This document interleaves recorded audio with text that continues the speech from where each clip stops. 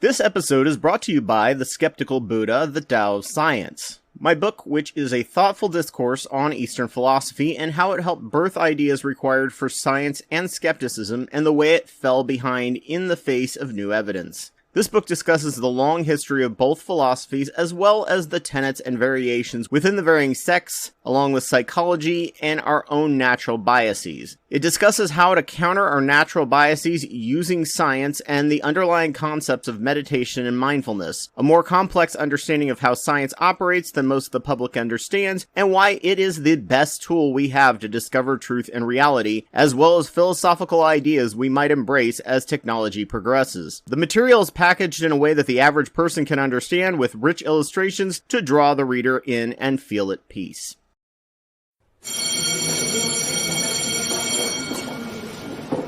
Welcome to After School Democracy, the podcast that attempts to fill in the gaps you almost certainly missed in school about politics, economics, and history. For most of the history of the U.S., the majority of Americans lived in rural or small towns. There was a national belief in the superiority rural folk had to urban folk until around the 1920s, when that imbalance began to flip.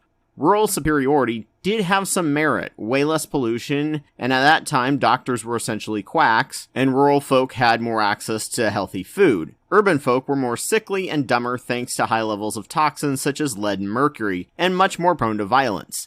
It is for this reason that many of the states were purposely set up to be much more rural, like the Dakotas, Montana, and Wyoming, to give unfair representation to the rural people. After the 20s, the urban-to-rural ratio began going in the exact opposite direction, to the point that 80% of Americans live in a city and is rising. However, the bias was still there. It was at this point in the 20s that the hayseed backwoods hillbilly yokel became a stereotype which many rural folk resented. They in turn remain highly prejudiced of city folk with their liberal ideas and the whore of Babylon of sin and vice. Because of this, they never bothered to learn to understand city folk and city life. I was one of them as a younger person who grew up in the country, and now I love living in the city. It is funny because growing up, we thought the city was like Gotham with crime happening on every street corner, while city folks, like the people my partner worked with on archaeology crews of educated urban folks, were scared to death of rural farmers because they had guns. Mind you, when I was growing up, drugs were an urban issue, and good, clean, God-loving country folk rarely engaged, or at least got caught, until meth became the new bathtub gin and the opioid epidemic came in and wrecked the rural economy, dropping its workforce by 20%. It was only then that some had any sympathy for the urban black population that went through the exact same thing in the 80s and 90s. Until then, they were just scum and should be thrown in prison, until it came to lots of people they knew, and then it became a medical problem.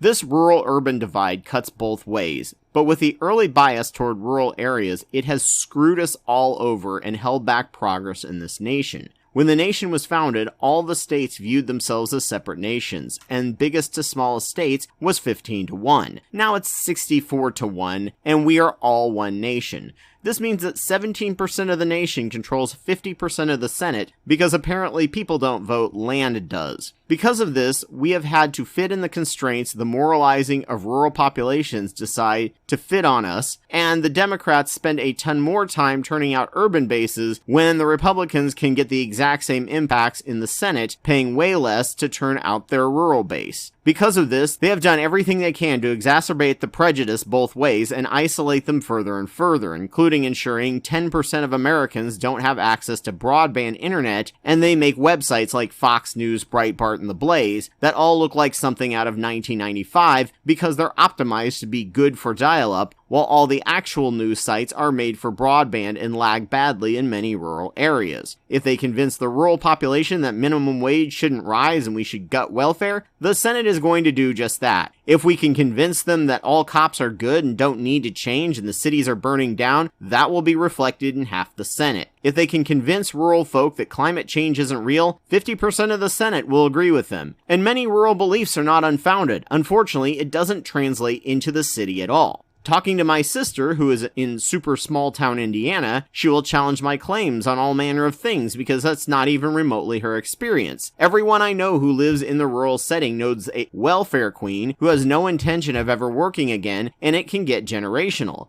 The thing is, I have to remind her that in rural areas, Property is dirt cheap, and quite often the welfare system has been set up for the majority of the nation, aka city dwellers. The cost of living in rural or small town areas, if they're getting roughly as much as urban dwellers, can seriously set you up for life, while urban welfare recipients can barely keep their nose above water and have to work 40 hours a week and still need welfare. If you make $50,000 a year, only $40 a year of your tax money goes to welfare, while $400 goes to corporate subsidies. It really makes that work hard, people on welfare are counting on you bumper sticker ring really hollow, as I know for a fact that people who make around $50,000 a year spend way more on less efficient charities and nonprofits than that $40 a year, and I've tried telling people living in rural regions that coal, oil, and mega farms are heavily government subsidized, which is the only reason prices are as low as they are, and they refuse to believe you.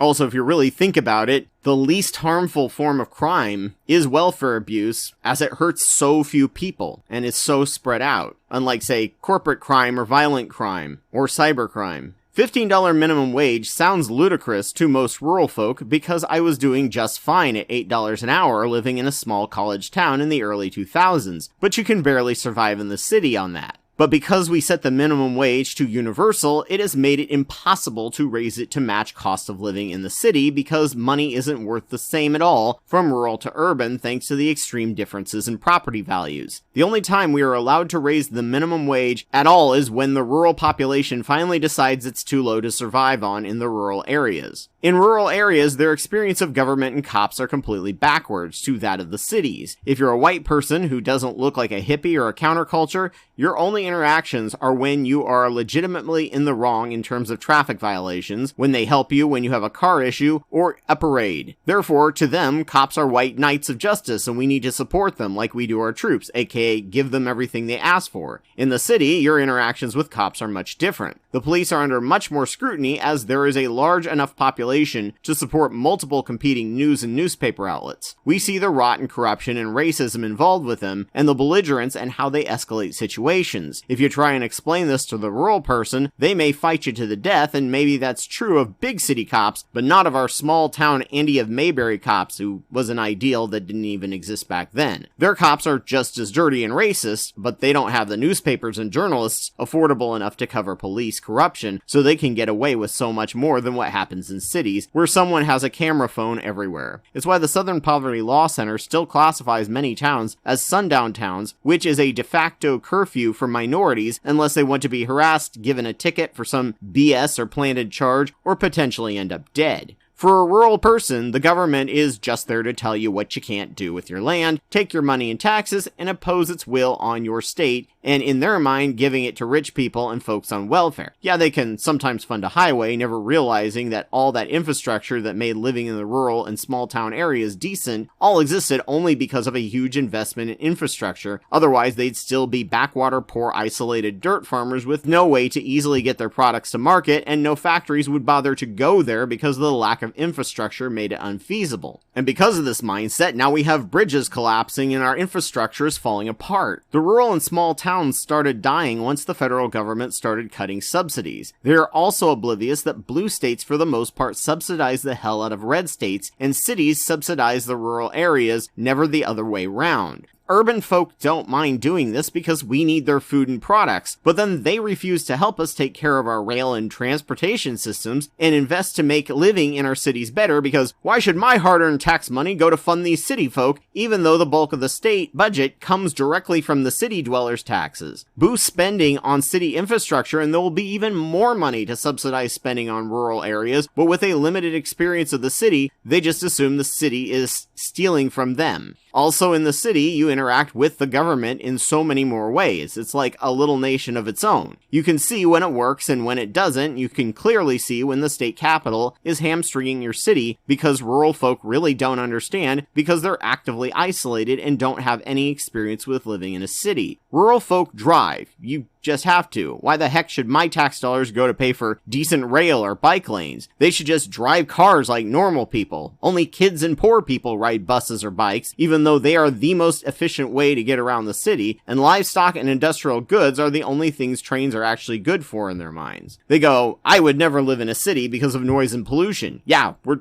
trying to fix that. And the more compact a city with good infrastructure, the more energy efficient it could be, pumping out so much less pollution per person than in rural areas. Crime per person is much lower in cities on average than in rural regions, but because there are so many people, the crimes happen in higher numbers, so we look like a criminal hotbed. When looting happens during protests, they think the entire city is burning down because the TV told them, when just an abnormal wave of crime occurred because organized crime knew the cops were too tied up, taking their anger out on peaceful protesters to respond in time to any robbery of a CVS for drugs. If you live in the country and you want to blame urban problems solely on us, such as poverty and violence, your ignorance of how cities and property value work is actually making you one of the reasons why cities, 80% of Americans, have to deal with these issues because rural state politicians block any of the tools they need to make life better in a city that wouldn't actually impact the rural regions that much in the process and might make more tax money available for rural regions. I drive around Philly and see all the beautiful old homes that could look gorgeous if only the minimum wage was a living wage in that area and people actually had the money to maintain and upkeep the area. But that's the problem. Thanks to having real complex conversations with my sister, I can see why they think that way. They are wrong, but they aren't stupid, and their experiences are really legitimate. Most of the experience that rural folks see could easily be fixed by adjusting many programs that go directly to people to match costs of living all over the board. Then, if there was still many welfare queens, as rural folks claim there are,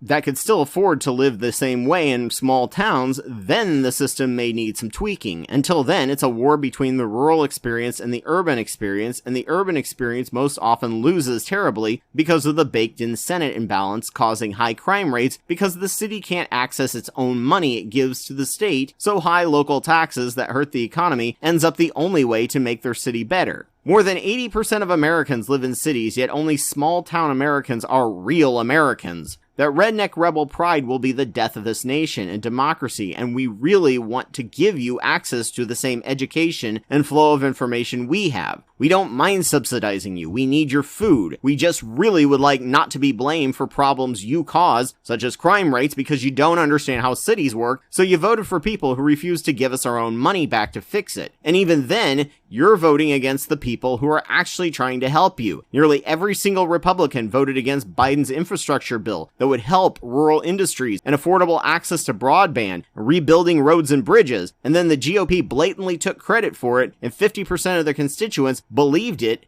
because they live in a geographic bubble. Trump ran on infrastructure, had both houses, and still did absolutely nothing at all in his 4 years, yet they hail him as a hero. However, we could fix this. The red and blue divide isn't nearly as extreme as people think it is, but winner take all makes it look like it is. If we were to change just 30,000 Alaskan minds on these issues, we would flip the state from red to blue. That's 4% of the state. Montana needs 75,000 minds change, 4% of the state. And Wyoming and the Dakotas need a little over 110,000 minds change, or 20, 15, and 13% of the states respectively. Iowa just needs 4%, or 127,000. Yet Dems have all but given up on these areas, mostly because they can't see it from their point of view, so they don't have the first clue how to explain it to them, while the GOP continues to actively isolate them and keep them in the dark about how over 80% of their nation lives and tries to survive the national policy that is based overwhelmingly on rural and small town experiences. It's hard to talk to rural folk if you're from the city, but if you're someone in a small town and know people who have these attitudes against cities, please bring these issues up in an open and respectful manner and give their experiences the respect they deserve. If you grew up urban, liberal, or left, you have to understand why these people think like they do. It's not stupidity, it's lack of experience with an urban system. And if you refuse to try and understand them, we will continue to have everything that helps make cities, and in general life livable, stripped away from us because the GOP makes the most sense to them because they have no clue how many people their limited point of view actively hurts and would vote entirely differently if they had your experience. So as always, thank you all for watching this as a video or listening to this as a podcast, which I'm sure was completely uncontroversial to anyone, especially to the YouTube monetization team. So if you found this useful, please donate to my Patreon. Just a reminder that I'm Anubis2814 on YouTube, and I have almost 700 videos on my channel that I've made over the past 11 years on religion, science, psychology, and politics. Please go check them out, and if your site has the option, like, rate, review, and comment. A special thanks goes out to Kendall Copperberg, Mylon Mia, Ogrel, Elias Garcia Guevara, and Joe Taylor for their $10 or more Wapawet level donations. I'm always humbled by the fact that they find my work worth funding and worth driving me forward. Thank you all. Please consider donating to my work if you can, and thank you all for listening.